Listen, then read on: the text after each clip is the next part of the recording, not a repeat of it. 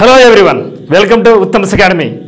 మరి Nobel prize in chemistry 2025 సంబంధించి ముగ్గురు శాస్త్రవేత్తలకు ఈ యొక్క అవార్డు అయితే రావడం జరిగింది.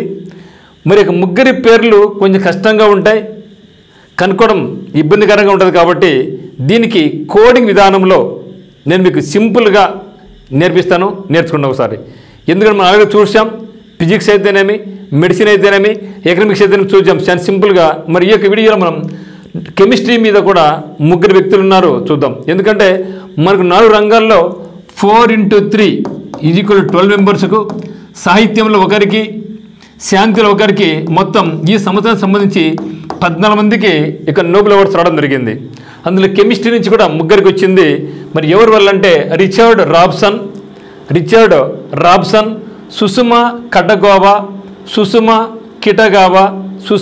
కిటగావా, ఒమర్ ఎం యాగి ఇలా ముగ్గురికి 2025 సంబంధించి కెమిస్ట్రీలో నోబెల్ అవార్డు రావడం జరిగింది. ఒకసారి చూద్దామా.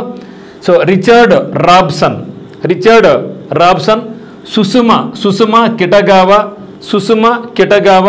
ఒమర్ ఎం యాగి. మరి దీన్ని ఎట్లా సరి గుర్తుపెట్టుకోవాలని ఉందా చూద్దాం. ఒక చిన్న కథ అన్నమాట. రాబిన్సన్ యొక్క దొంగనా కొడుకు సుసుమా అంటే సుష్మా కోసం నాకు సుష్మా కావాలని నానా యాగి చేసినాడు. సరే చూద్దామా.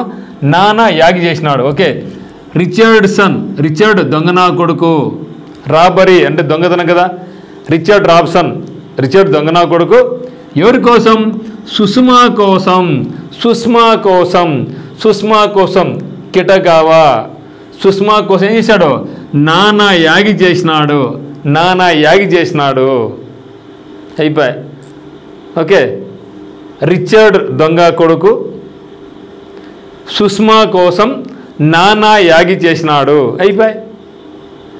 రిచర్డ్ సుష్మా కోసం అంటే సుష్మా కిటగావా ఏం చేశాడు? నానా యాగి. ఒమర్ అబ్దుల్లా ఉన్నాడు కదా, జమ్మూ కాశ్మీర్ ముఖ్యమంత్రి ఒమర్ అబ్దుల్లా. సో అట్లా కూడా గుర్తుపెట్టుకోండి. ఒమర్ ఎం నానా యాగి చేసినాడు. అయిపోయింది. అంతే అయిపోయింది. 3 క్వశ్చన్, 3 పేర్లు వరుసగా అయిపోయాయి.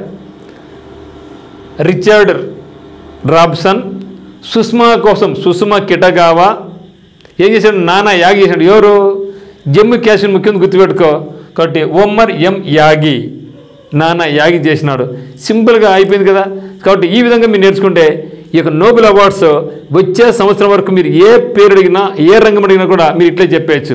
Okay, thank you.